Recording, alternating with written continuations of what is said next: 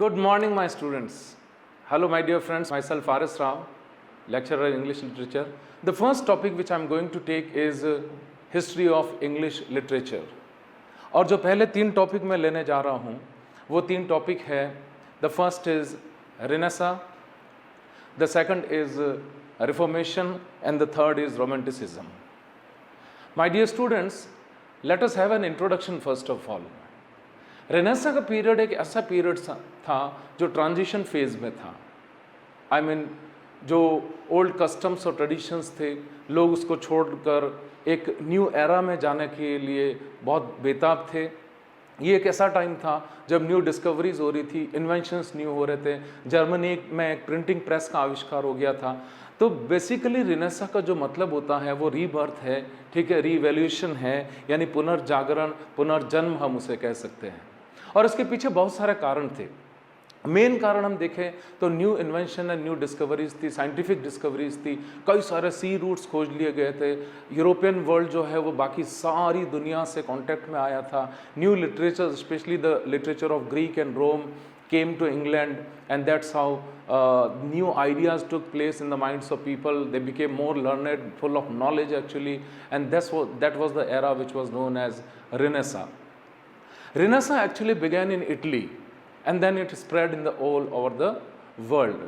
So if we see the actual meaning of Renaissance, the meaning of Renaissance is rebirth.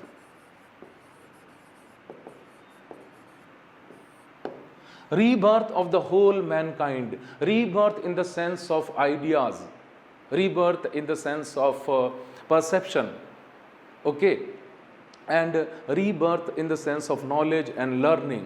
तो इतना सारा literature Europe में आया था कि लोग बहुत कुछ सीखे उससे. और यही काल था जब एक मानसिक, ठीक है, पुनर्जागरण वहाँ पर हुआ. और इसने कई सारे फील्ड्स में चेंजेस लाए, चाहे सोशल हो, कल्चरल हो, ठीक है, इकोनॉमिक चेंजेस हो, पॉलिटिकल चेंजेस हो. कई सारे चेंजेस थे जो रेनेसा की वजह से यूरोप में आए. रेनेसा के मुख्य कारणों पे अगर बात करें तो सबसे पहला रीजन था न्यू इन्वेंशंस. जैसा कि मैंने कहा था कि जर्मनी में एक प्रिंटिंग प्रेस का आविष्कार हुआ था. और प्रिंटिंग प्रेस का आविष्कार एक बहुत ही क्रांतिकारी परिवर्तन था माय डियर्स. वो इस वजह से क्योंकि इस इन्वेंशन के कारण जो लिटरेचर था उसका जो टाइपिंग थी वो कई सारी लोकल लैंग्वेजेस में, डायलेक्ट्स में होनी शुरू हुई और हर घर में लिटरेचर पहुंचने लगा. And everybody became illuminated, okay, और learned with taking the inspiration from Roman and Greek literature. दूसरा रीज़न जो था वो था न्यू डिस्कवरीज. डिस्कवरीज किसकी? न्यू सी रूट्स की. और जब न्यू सी रूट्स मिले तो यूरोपियन कंट्रीज़ का जो कॉन्टैक्ट था वो सारे वर्ल्ड से हो. और वैसे भी हम जानते हैं कि सबसे ज़्यादा डेवलपमेंट और प्रोग्रेस जो है वो इस एरा में, अगर एरा मतलब मेरा कहने का मतलब है रेनेसा जो स्टार्ट हुआ था 14th century to 17th century, इस एरा में सबसे ज़्यादा डेवलपमेंट हुआ था वो यूरोपियन कंट्रीज़ में हुआ था. And still till date we see most of the developed countries are the countries of Europe. So the sea routes were found and then they contacted the whole world, and in this world they contacted Greek and Roman, and from that actually they brought the whole lot of literature and translated it into English or other local languages. तो Renaissance इस तरह का एक क्रांतिकारी परिवर्तन था. और इस वजह से उनके अंदर उनके नॉलेज के अंदर, ज्ञान के अंदर, उनके दृष्टिकोण के अंदर जो परिवर्तन आया वो था रेनेसा. रेनेसा में फिर से कह रहा हूँ रीबर्थ, यानी एक पूरी मानव सभ्यता का पुनर्जागरण था जो शताब्दियों से सोई हुई थी, पुराने रूढ़िवादी विचारों में जो जकड़ी हुई थी. एक नया थॉट प्रोसेस उनमें डेवलप हुआ, एक तर्क शक्ति का विकास हुआ और ह्यूमन बीइंग को पहली बार इंपॉर्टेंस दी जाने लगी just due to getting knowledge. और नॉलेज का सोर्स था ग्रीक और रोमन लिटरेचर. अगर सेकंड एरा की बात करें तो सेकंड एरा जो था वो रिफॉर्मेशन था, जो कि 1517 से 1660 तक था माय डियर्स. और रेनेसा रिफॉर्मेशन के मुख्य कारण मैं बता देता हूँ. रिफॉर्मेशन का मतलब है एक्चुअली सुधार.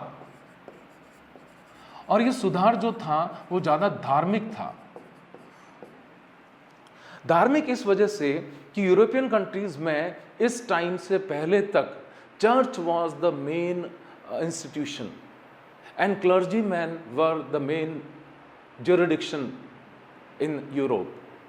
तो चर्च की पावर इतनी थी कि people would not go against church और they did not have courage to go against church. Okay, जो भी रिचुअल्स होते थे, सेरेमनीज होती थी, या जुरिडिक्शन पॉइंट ऑफ व्यू से भी, ठीक है, लॉ पॉइंट ऑफ व्यू से भी चर्च का बहुत ज़्यादा प्रेशर था लोगों के ऊपर, और उस प्रेशर से लोग बाहर निकलना चाहते थे। और क्योंकि चर्च के हाथ में पावर बहुत ज़्यादा थी, इस वजह से एक नई चीज़ शुरू हुई, वो थी चर्च में करप्शन स्टार्ट हुआ। Church was the supreme power at that time. First point is that. The second point is that clergymen were the jurisdiction. न्याय कानून न्यायपालिका सारी चर्च के हाथ में थी। जो भी पनिशमेंट या रिवॉर्ड जो मिलता था वो चर्च की वजह से मिलता था। और लोगों ने ये देखा कि धीरे धीरे इस पावर के कारण चर्च में पैसा आना शुरू हुआ, और जैसे जैसे पैसा आना शुरू हुआ चर्च में करप्शन स्टार्ट हुआ। Corruption in form of money, corruption in form of women, or corruption in form of other religious ceremonies, or getting money from the people, whatever you can call it. But yes, this institution which is known as church started getting corrupted. और जब ये corrupted हुई तो एक विद्रोह हुआ, और विद्रोह से एक नए सेक्ट ने, एक नए पंथ ने जन्म लिया, वो था प्रोटेस्टेंट्स। तो आप जानते हैं कि हम जो जितने भी ट्रेडिशनल जो क्रिश्चियंस है उन्हें कैथोलिक्स के नाम से जानते हैं। ओके, और जो नया पंथ क्रिश्चियनिटी में उदय हुआ वो था प्रोटेस्टेंट्स।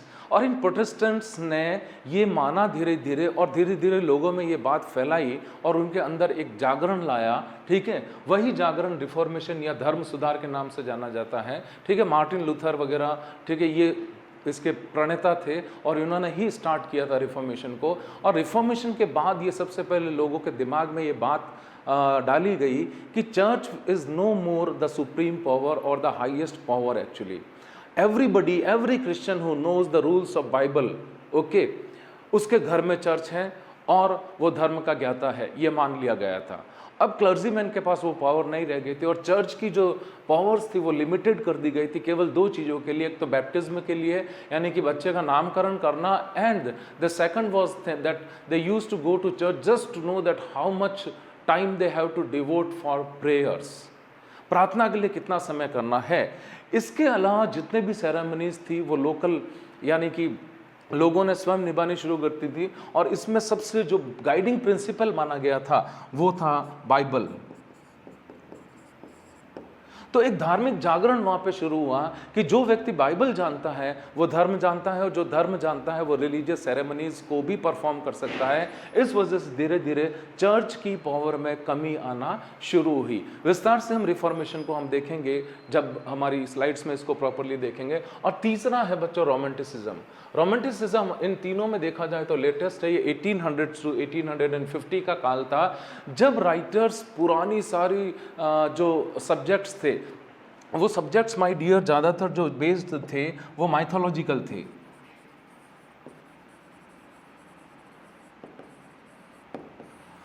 इस माइथोलॉजी से निकल करके, और माइथोलॉजिकल थे इसका मतलब वो ट्रुथ बेस्ड थे, और ट्रुथ बेस्ड तो जो थे इसका मतलब उसमें एडवेंचर इतना नहीं था। ठीक है, उसमें इमेजिनेशन इतनी नहीं थी। So new writers, a lot of writers including Shelley, you can take Keats, Byron, okay, इन्होंने मिल करके लिरिकल बैलड्स नामक एक पुस्तक निकाली थी। ठीक है, और उस पुस्तक से स्टार्ट होता है हमारा रोमांटिसिज्म। और रोमांटिसिज्म के मुख्य कारण थे बच्चों, सबसे पहले all the writers were fed up with the conventional ideas and conventional writing.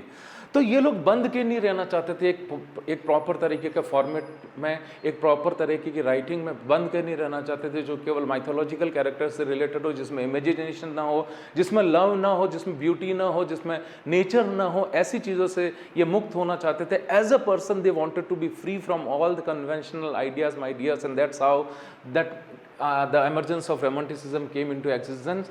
और दूसरा पॉइंट है इसका कि wanted to be free human beings with free ideology. Everybody wanted to be a free human being, wanted to express himself the way he wanted. Actually, they wanted to bring nature into literature. They wanted to bring imagination, beauty, beauty of woman, beauty of nature, beauty of old culture, sculpture, कुछ भी कह लो, उस सौंदर्य भाव को कविता में लाना चाहते थे और इस तरह से एक नया लिटरेचर रचा गया और वो लिटरेचर था हमारा रोमांटिसिज्म। रोमांटिसिज्म के अगली चीज को देखा जाए तो सबसे बड़ी बात है इंक्लूजन ऑफ, यानी कि शामिल करना क्या, इमेजिनेशन। और इमेजिनेशन तभी शामिल हो पाएगी जब हम ब्यूटी की बात करें। It maybe beauty of nature, beauty of love, beauty of women etcetera. इस बारे में इन्होंने ज़्यादा बात की थी। और अगर इसके मेन एक्सपोनेंट्स देखे जाएं तो हमारे पी.बी. शेली है, जॉन कीट्स हैं, ओके, बायरन है, वर्ड्सवर्थ है। ये अमर इतिहासकार ऐसे हुए हैं, लिटरेरी पर्सन्स ऐसे हुए जिन्होंने रोमांटिसिज्म को एक नया आयाम दिया। और इनके कार्य में आप ज़्यादा देखेंगे कि इमेजिनेशन बहुत थी, love for nature, love for women, love for beauty, love for art, whatever kind of art may be, even small petty things like birds or maybe stones were the objects of their writing. तो उन्होंने writing को अनंत गहराई तक पहुंचा दिया था। And use of poetic devices,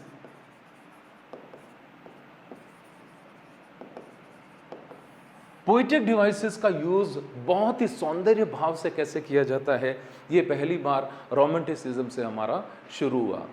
Okay, my dears, so this was the introduction of first, if I say the Renaissance, the second is Reformation and the third is Romanticism.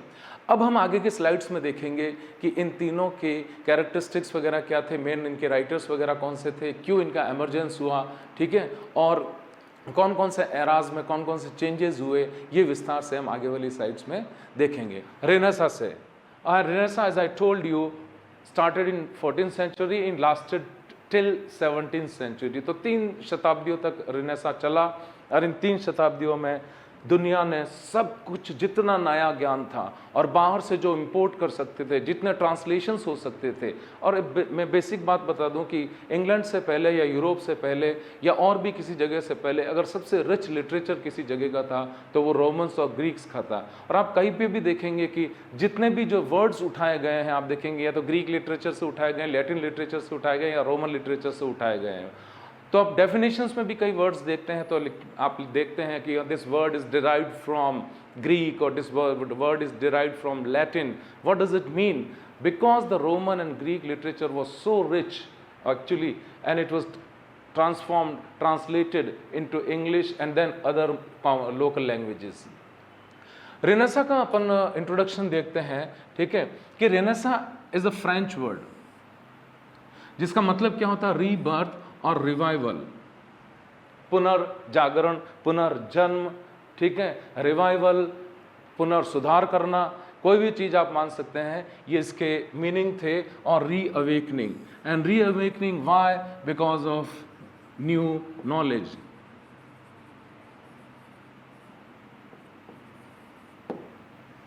New knowledge which came into the life from Greek and Roman literature.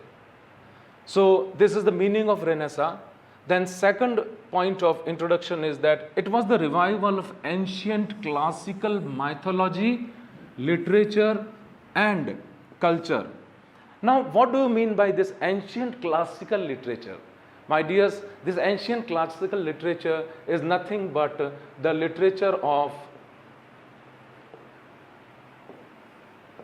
Greek and Roman. ये ancient literature सारा related था Greek और Roman countries से and it was vast and very rich, I tell you. और जब ये उनके संपर्क में आए धीरे धीरे तो ये क्लासिकल माइथोलॉजी, धर्म के आधार पर जो भी लिखा गया था, लिटरेचर जो भी लिखा गया था, उनके कल्चर से ये लोग एकोमोडेट किया इन्होंने। और ये सारा कल्चर जो आया फिर यूरोपियन कंट्रीज में आया, as was a reawakening of the human nature and mind.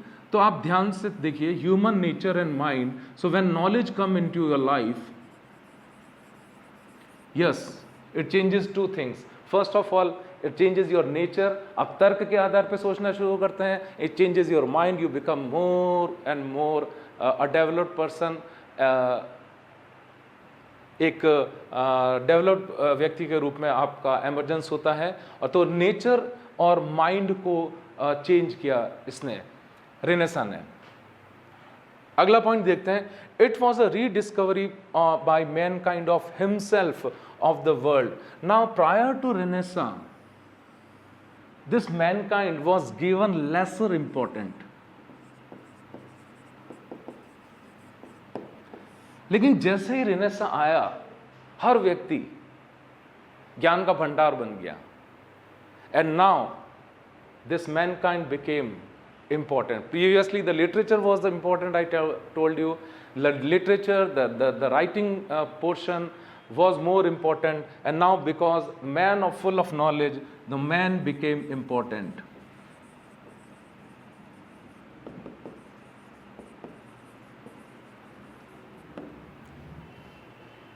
Next, it was a great period of illumination of the life of humanity.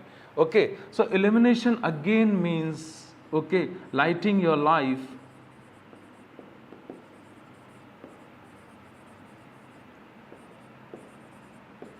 with knowledge.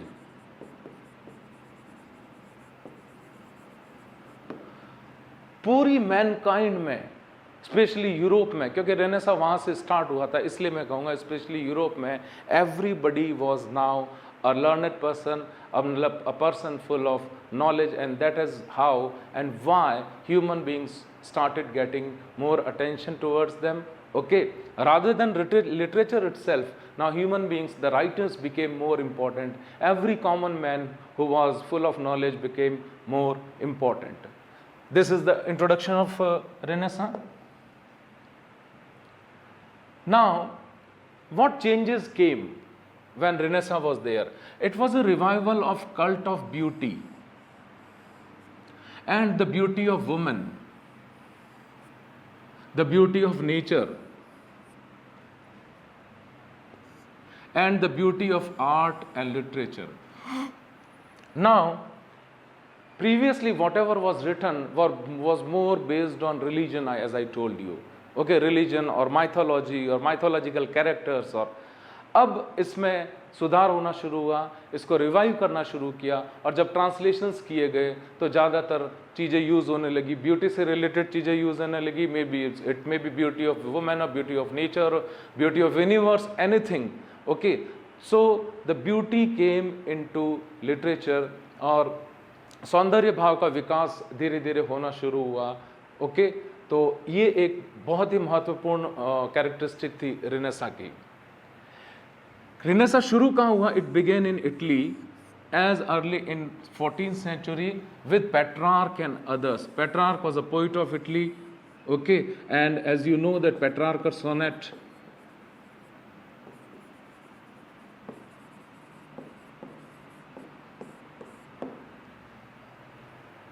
was the first sonnet written by Petrarch. Okay, and that is how हम ये भी कह सकते हैं कि एक sonnet का उदय भी इटली में हुआ था. और सोनेट मैंने कहा था कि जैसे हम कहते हैं कि you know inclusion of beauty in literature, और सोनेट एक विधा थी जिससे सौंदर्य भाव का लिटरेचर के अंदर आगमन हुआ.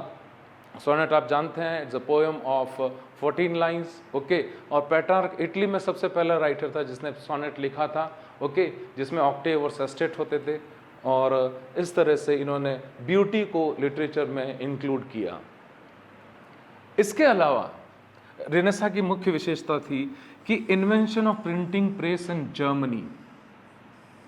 I am sorry, I might have told you that it invented in Italy, लेकिन प्रिंटिंग प्रेस का उदय जर्मनी में हुआ था. जर्मनी यूरोप में ही आता है, और इस वजह से प्रिंटिंग प्रेस के उदय की वजह से ज़्यादा से ज़्यादा लिटरेचर जो है वो छपने लगा, वहाँ पे ट्रांसलेट होने लगा, लोकल लोगों तक पहुँचने लगा, और हर व्यक्ति एक ज्ञान का भंडार बन गया. About this time and the great discoveries of scientists and navigators which followed.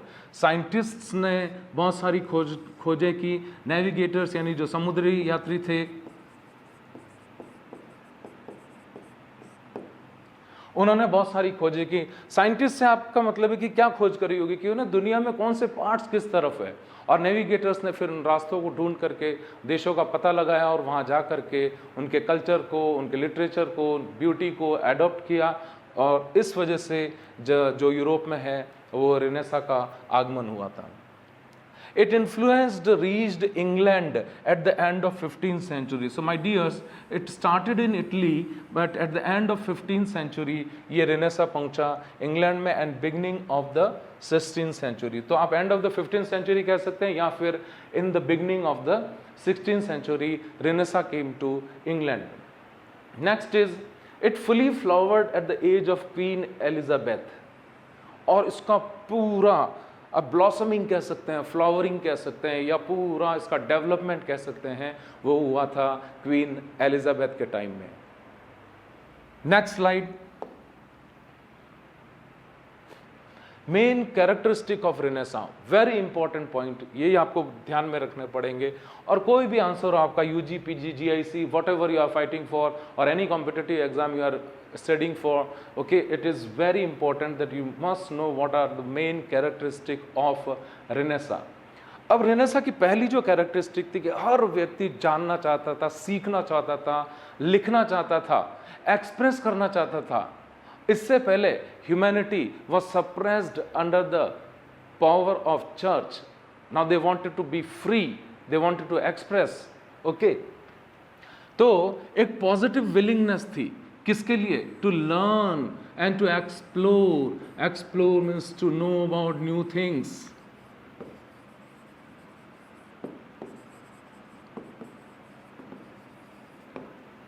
So they wanted to know what they did not know prior to Renaissance. Everybody was, curious to learn new things.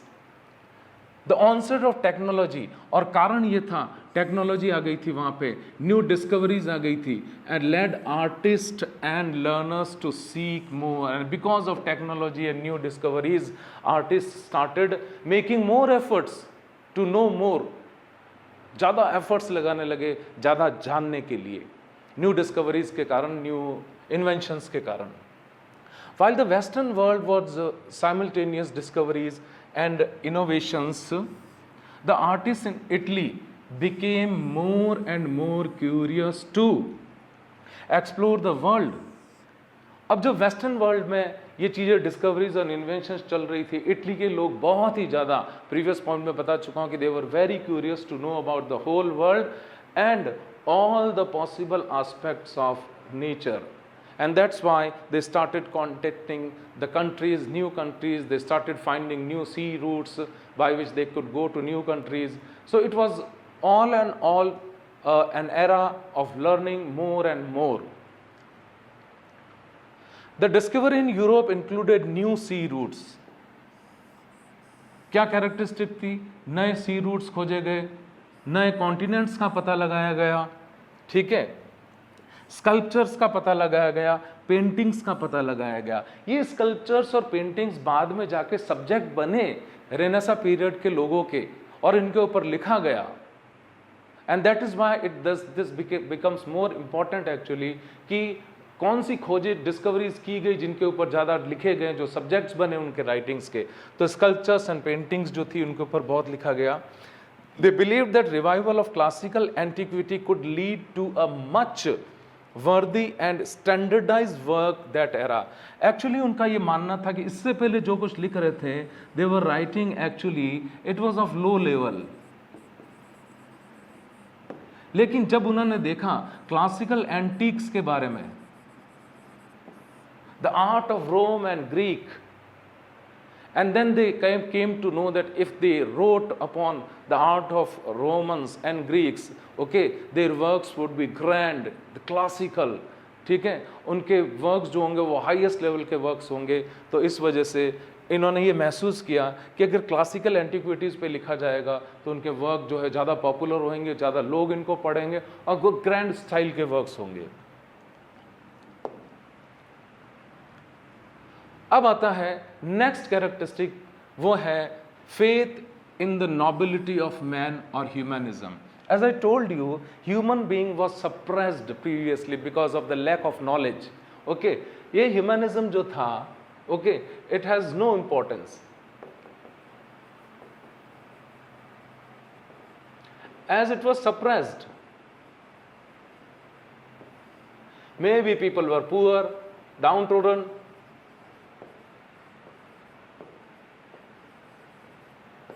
So human beings were suppressed actually under the old customs and traditions.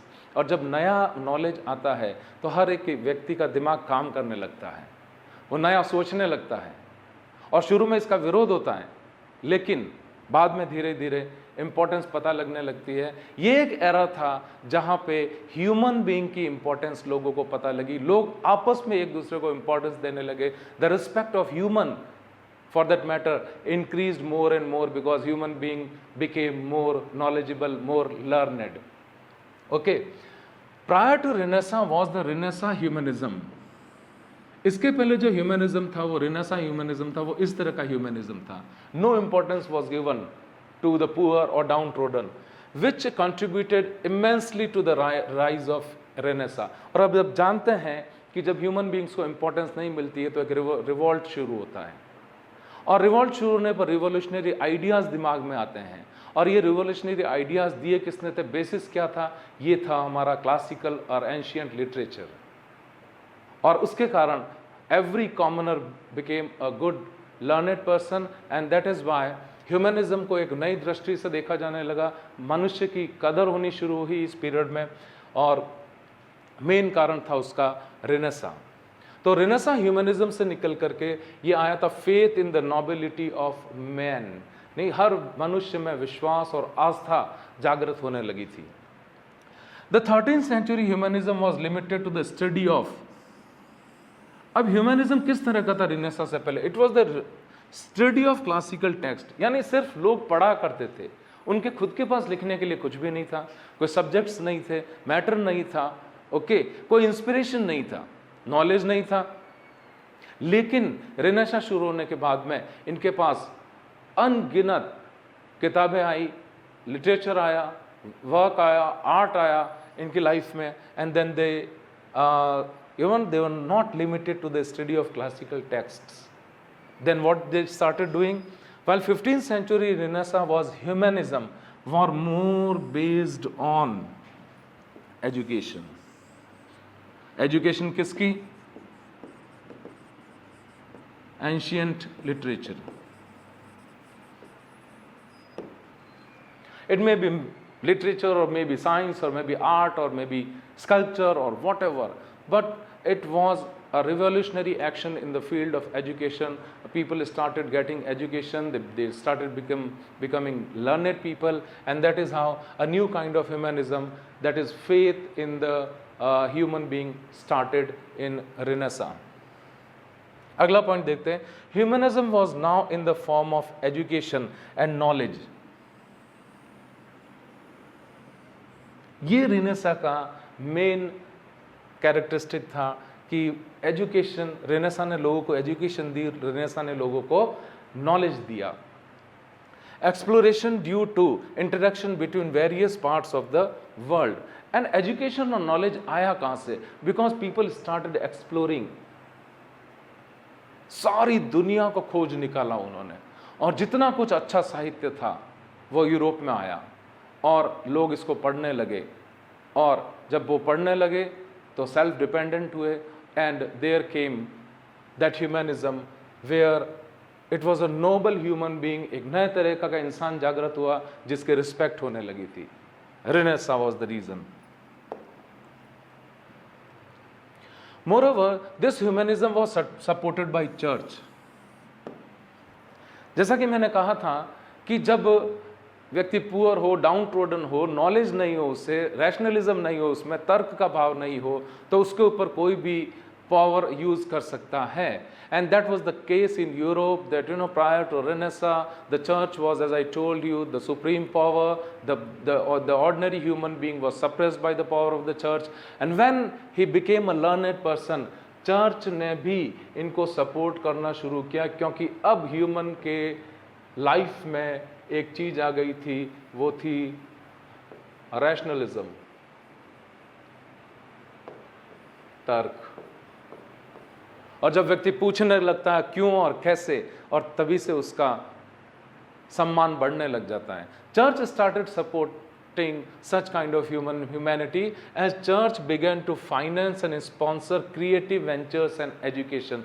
Most important thing is this कि church ने जो भी education थी, learning थी, explorations थे, ठीक है, नए इन्वेंशंस थे, डिस्कवरीज थी, उनको सपोर्ट करना शुरू किया। तो अब एक दो तरह से रेनेसा कलेक्ट हो गया।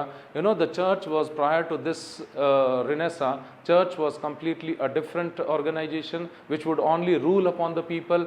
पर जब से ये शुरू हुआ, एजुकेशन और लर्निंग और रैशनलिज्म जब लोगों के लाइफ में आया, तो चर्च ने भी इनको सपोर्ट करना शुरू किया। And then what happened? The wealthy royals also supported humanism. अब जो समाज के दो भाग थे, ठीक है, the poor and the rich, the poor and the rich, ये दोनों अब the poor and the rich न रह करके एक पंथ में बदल गए थे, the educated. And the person who was educated started getting more importance. So there was a new kind of humanism in Renaissance. Okay? Next is, prior to that, the artists thought that the church was responsible for their limitations of work. ये मैं बार बार बता रहा हूँ कि इससे पहले लोग ये सोचते थे कि church was the medium of their limitations, church was a check on them, church was a power on them, church was actually an institution crushing and suppressing their ideas and their aspirations. But अब लोगों को लगने लगा नहीं, church एक medium है जहाँ से हम कुछ हेल्प ले सकते हैं. So it was a great change in the Renaissance period that the church started supporting the people who were fond of education, who were fond of new learning and discoveries and inventions and everything. तो church का role बहुत ज़्यादा change हो गया था. And this is very important point. Renaissance की characteristic में बहुत इंपॉर्टेंट पॉइंट है ये कि चर्च का रोल जो है वो चेंज हो गया था. Rebirth of naturalism. नेचुरलिज्म हालांकि क्वालिटी सबसे बड़ी रोमांटिसिज्म की है, लेकिन नेचुरलिज्म दो तरह का होता है. एक तो नेचर को एक्सप्रेस करना नेचुरलिज्म है, ठीक है, ब्यूटी को एक्सप्रेस करना, नेचर को एक्सप्रेस करना एक नेचुरलिज्म है. और दूसरा, चीज़ें जो जैसी दिख रही है उनके बारे में वैसा ही लिखना नेचुरलिज्म है. तो इससे पहले क्या एक बनावटीपन था राइटिंग में. राइटिंग जो थी वो ज़्यादातर जो थी वो कंट्रोल्ड थी, और कंट्रोल्ड थी by the Kings and pops and church, and उनके ऊपर ही टॉपिक्स लिखे जाते थे और उनसे सेंसर्ड कराए जाते थे. लेकिन ये एक नया एरा था जहाँ पे नेचुरल राइटिंग शुरू हुई. यानी what ever they saw, however they saw, they started writing about that, the way the things were. They presented the things the way the things were, and that is how the naturalism came in. And naturalism को आप realistic भी कह सकते हैं. तो बनावटीपन नहीं था इसमें, प्रोपेगेंडा नहीं था, जैसा दिख रहा था वैसा वो फ्री थे लिखने के लिए.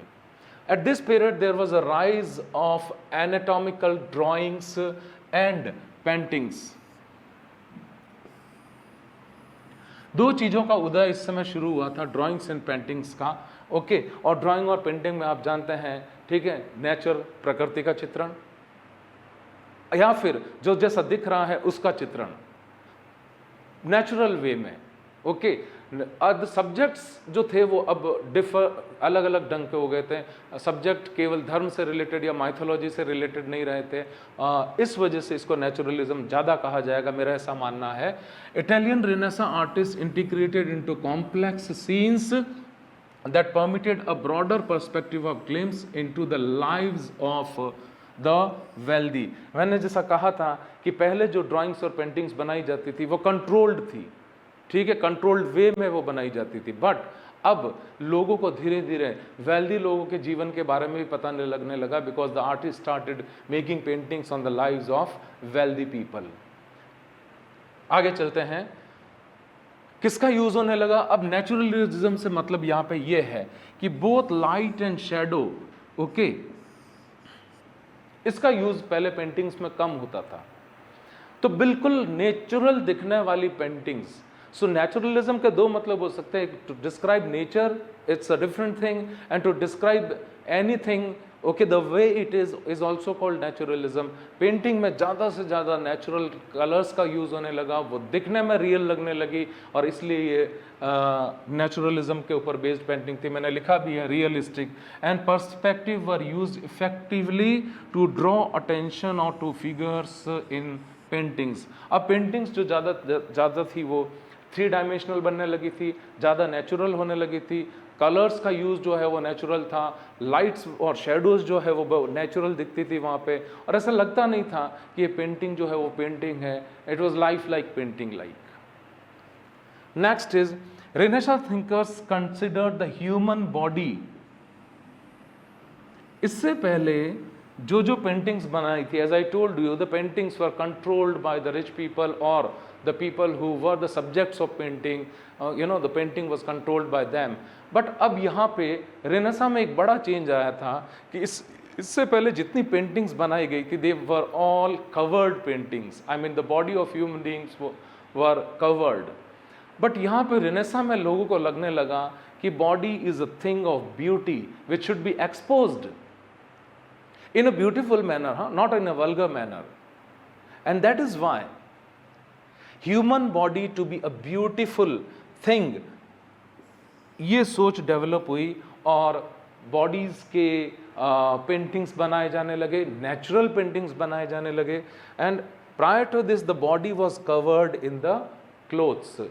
सो I am not wanting to tell you that that there was a beginning of the vulgar paintings where the bodies were exposed. Actually, body became the medium of beauty actually.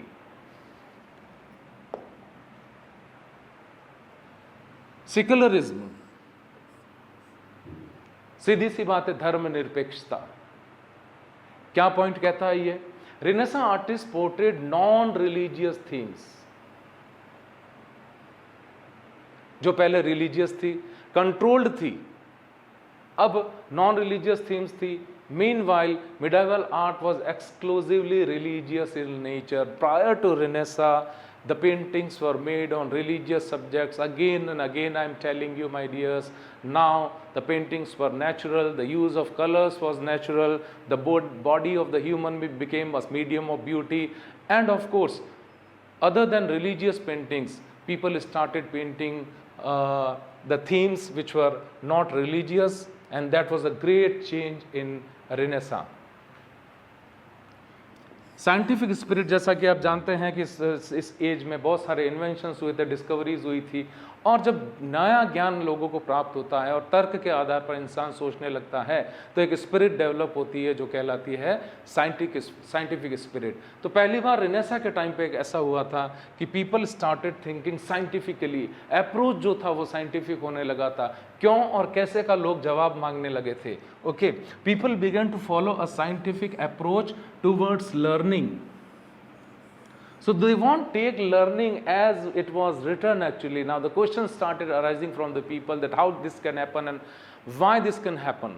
So when you start these questions how and why, it means you are learning on scientific basis. Rationalism is there. तर्क के आधार पर सीखना शुरू हुआ था. And this was based on observation.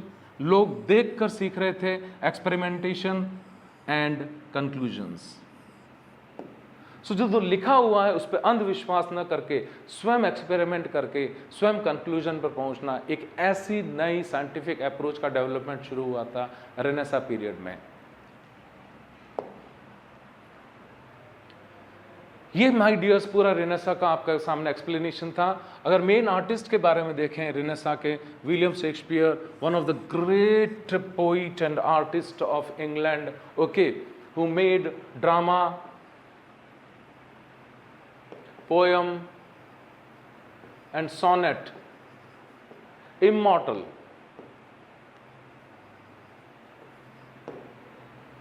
A great dramatist. And what did he not write actually? Everything he wrote. Comedies, he wrote tragedies actually, he wrote religious drama, he wrote miracle dramas, mystery plays, everything was written by. And of course in England the sonnet which was written by Shakespeare, he made it immortal. And you know there were 3 quatrains and 1 couplet in Shakespearean sonnet. And he wrote great sonnets. Niccolo Machiavelli, Francisco Petrarch, Dante, Chaucer, writing इसकी spelling ठीक कर लेना Chaucer. Okay. So conclusively we can say that Renaissance was the golden period of literature where everything was invented, everything was discovered, and people started learning on scientific approach. So it not only made the literature rich, but also gave human being its importance. Okay, my dears.